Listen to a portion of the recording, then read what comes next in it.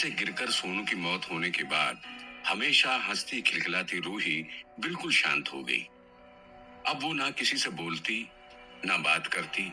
उसके दिल को इतना गहरा सदमा पहुंचा था कि उसको अपने जिस्म का मानो होश ही ना था।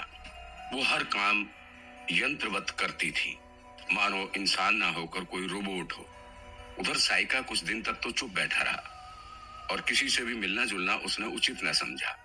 जब 5-6 दिन बीत गए और रूही की गवाही से ये बात प्रमाणित हो गई कि सोनू की मौत उसके अचानक डिसबैलेंस होकर पहाड़ी से नीचे गिर जाने के कारण ही हुई है और किसी के भी विरुद्ध कोई कानूनी कार्रवाई ना करते हुए पुलिस ने इस केस को रफा दफा कर दिया, तब 7वें दिन साइका रूही से मिलने सुबह सुबह उसके घर गया। रूही ने सोनू के बाद किसी को अपना सच्चा दोस्त और हमदर्द माना था तो वो साइका ही था। इसलिए साइका को देखते ही वो उससे लिपट गई और फूट फूट कर रोने लगी।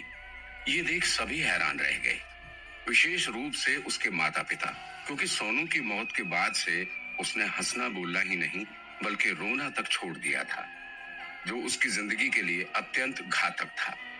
रूही के माता पिता ने बहुत ही इज्जत के साथ साइका का अभिवादन किया और उससे बोले, मालिक, आपकी बहुत कृपा जो आप हमारे घर पधारे। सोनू की मौत के बाद से मेरी बेटी बिल्कुल काठ की मूर्ति जैसी बन गई है। हमेशा गुमसुम सी रहती है और हर वक्त बस उसी के बारे में सोचती रहती है। आज पहली बार किसी को देखकर इसकी आंखों में आंसू आए हैं। दरअसल सोनू मेरी बेटी का बहुत अच्छा दोस्त था और उससे काफी लगाव था इसे, इसीलिए उसके जाने का गहरा धक्का लगा है इसके दिल पर और तब से ही ये ना किसी से बोलती है और ना किसी से बात करती है। मुझे लगता है कि आप अगर इसे समझाएं तो शायद आपकी बात मानकर मेरी बच्ची ठीक हो जाए। मैं अपनी तरफ से पूरी कोशिश करूंगा कि आपकी बेटी बिल्कुल ठीक हो जाए, साइका ने कहा। फिर रूही से बोला, चलो रूही, थोड़ा खुली हवा में घूम आओ और बहुत दिन से तुमने अपने खेत को भी नहीं देखा, इसलिए थोड़ा चलकर अपने खेत को भी देख लो। हाँ हाँ बेटी, साइका तो अपने मुखिया के बेटे हैं, जा और अपने खेत तक टहला, इसके साथ रूही के बापू ने रूही से कहा। रूही साइका के साथ गुमसुम सी जब अपने खेत में पहुंची तो कुछ देर शांत रहने के बाद अचानक साइका से लिपटकर फूट फूट कर रोने लगी। साइका ने उसे अपनी बाहों का सहारा देते हुए कहा, रोती क्यों है पगली? ये तो संसार का नियम है कि जो इस दुनिया में आता है एक ना एक दिन उसे यहाँ से जाना ही पड़ता है। बस अंतर सिर्फ ये है दोस्त कि कोई अपनी पूरी उम्र बिताकर जाता है तो कोई पहले ही चला जाता है। ये सब कुदरत का खेल है। मैं खुद सोनू के गम में इतना पागल हो गया था कि इतने दिन तक घर से बाहर ही ना निकला, पर तेरी चिंता मुझे खाए जा रही थी कि कैसी है तू और किस तरह से इस पहाड़ जैसी मुसीबत को सहती होगी। और फिर सीधा तुझसे मिलने तेरे घर आ गया। साइका ने बड़ी चालाकी से उससे ये बात कही, क्योंकि सोनू की हत्या करने के बाद अब उसका हमदर्द बनकर वो उसका दिल जीतना चाहता था और रूही भी इस समय साइका को ही अपने सबसे ज्यादा करीब और अजीज मान रही थी। उसे क्या पता था कि जिस साइका को वो इस समय अपना सबसे ज्यादा हितैषी मान रही है, उसी ने उसके सोनू को हमेशा के लिए उससे छीन लिया है। वो एक धूर्त, पाखंडी और महापापी है। इन सारी बातों से अनजान रूही ने सुबकते हुए साइका से कहा, साइका, एक तू ही तो है इस दुनिया में मेरा, जो मेरे दिल के दर्द को समझता है। अब तू ही बोल कि मैं क्या करूं और किसके लिए अब जीऊं। तब साइका ने रूही को अपने सीने से लगाते हुए कहा, मेरी रूही, तू किसी अच्छे से लड़के से शादी कर ले, फिर धीरे धीरे तेरे दिल के जख्म भरने लगेंगे और एक बार फिर से जीवन की तमाम खुशियां तेरे दामन में होंगी। साइका ने जानबूझकर इस समय उससे अपनी शादी की बात नहीं की, क्योंकि वो इस बात को अच्छी तरह से जानता था कि अब अगर वो शादी करेगी तो सिर्फ उसी से करेगी, तो अपनी तरफ से वो पहल क्यों करे। पर क्यों, क्या तू भी मेरे को छोड़कर चला जाएगा? रूही ने आह भरते हुए कहा। कैसी बातें कर रही है मेरी रानी, मैंने तो तुझको और तेरे सोनू को वचन दिया था कि तेरे दुख सुख में मैं हमेशा तेरे साथ रहूंगा। फिर तुझको तो मैंने प्यार किया है और तेरी खुशी के लिए ही मैंने अपने प्यार की कुर्बानी दी और खुद को तुम दोनों के बीच से अलग कर लिया ताकि तुम दोनों सदा खुश रहो और आबाद रहो।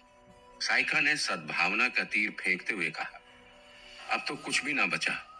सच कह रही हूँ साइका कि मेरा दिल तो इस वक्त यही कह रहा है कि मैं भी उसी पहाड़ी से नीचे गिरकर अपनी जान दे दूं जिस पहाड़ी से गिरकर मेरे सोनू की मौत हुई। रूही ने रोते हुए ये बात कही।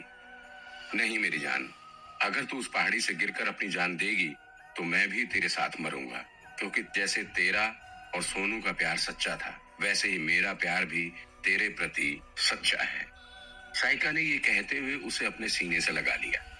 सृष्टि का एक नियम है कि इंसान कितना भी दुखी क्यों ना हो, लेकिन जब सुख की छांव उसे मिलती है तो अपने दुख, दर्द, पीड़ा आदि धीरे धीरे वो भूलने लगता है और अंततः एक दिन उसके जीवन में ऐसा भी आता है, सब अपने सारे दुखों को भुलाकर सुख के सागर में वो पुनः डूब जाता है।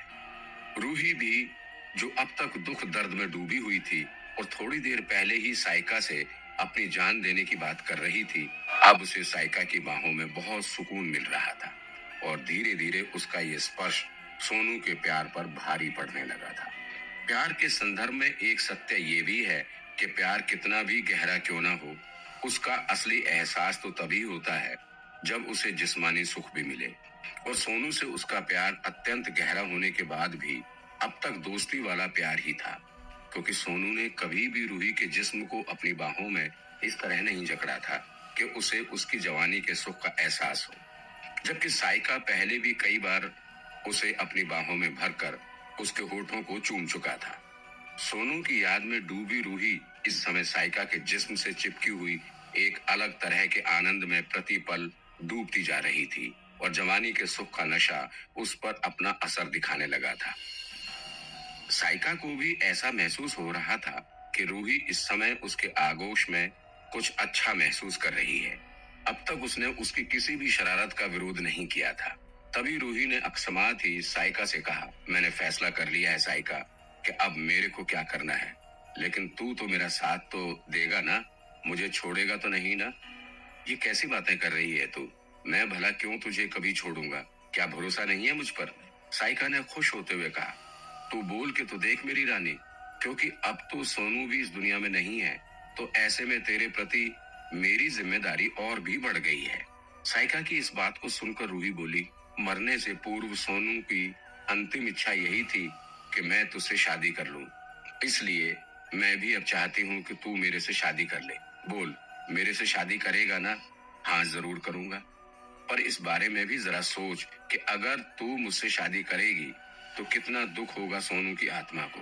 रूही के इस फैसले को सुनते ही उसका दिल बल्ले बल्ले करने लगा, लेकिन एक बार फिर उसने अपनी इस खुशी को उस पर जाहिर नहीं होने दिया।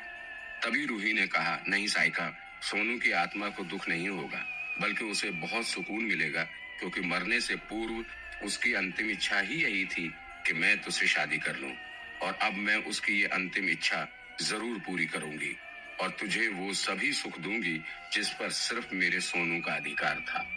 साइका ने खुश होकर कहा, ठीक है मेरी जान, मैं तुझसे जरूर शादी करूंगा, पक्का प्रॉमिस। ये कहते हुए साइका ने रूही को वही खेत में लिटा दिया और उसके होठों पर अपने होठ रख दिए और बहुत देर तक उन्हें चूमता रहा और उसके अधरों का रसपान करता रहा।